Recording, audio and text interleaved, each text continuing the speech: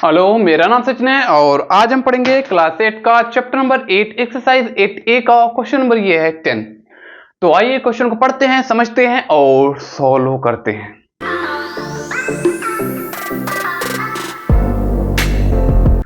तो आज हम मेरे प्यारे दोस्तों क्वेश्चन को पढ़ते हैं और सॉल्व करते हैं। तो बोला गया है shopkeeper sales his goods at 80% of their cost price, find his percentage gain और लॉस।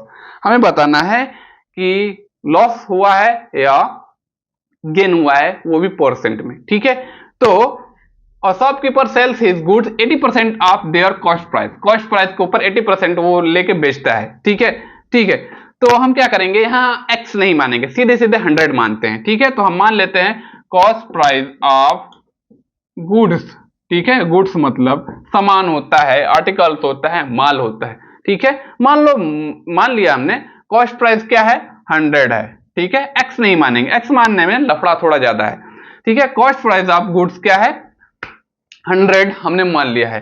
तो सेलिंग प्राइस क्या हम मान लेते हैं, सेलिंग प्राइस 80 है, 80% मतलब 80 मान लेते हैं। सेलिंग प्राइस ऑफ गुड्स क्या है, 80। ठीक है, जब कॉस्ट प्राइस 100 है, सेलिंग प्राइस 80 है, तो आप देखिए कि यहां क्या हो रहा है, यहां हो रहा है लॉस।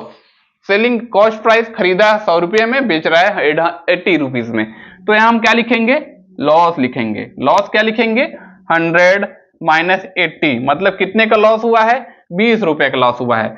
ठीक है, 20 रुपए का लॉस हुआ है, मतलब 100 में 20 रुपए का लॉस मतलब 20% का लॉस।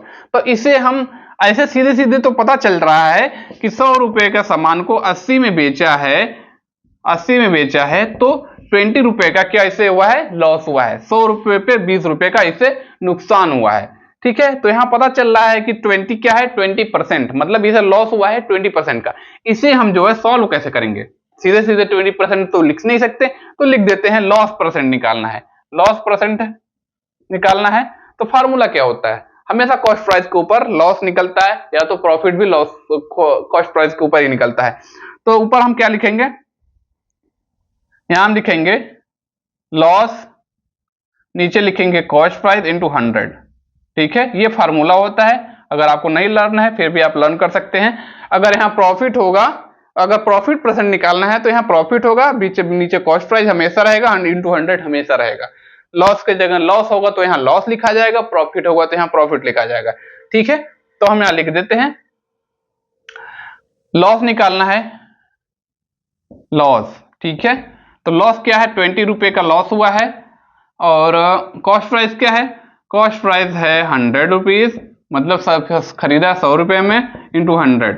ठीक है, तो इसको सॉल्व करेंगे, 100 से 100 कट जाएगा, बचेगा लॉस, 20% का लॉस। ठीक है, तो ये है इसका आंसर। देख लीजिए आंसर, देख लेते हैं क्या है आंसर, है 20% का लॉस। ठीक है, देख लीजिए। अब भाई मुद्दे की बात समझ में आए हो, वीडियो लाइक करिए, चैनल सब्सक्राइब एंड बाय।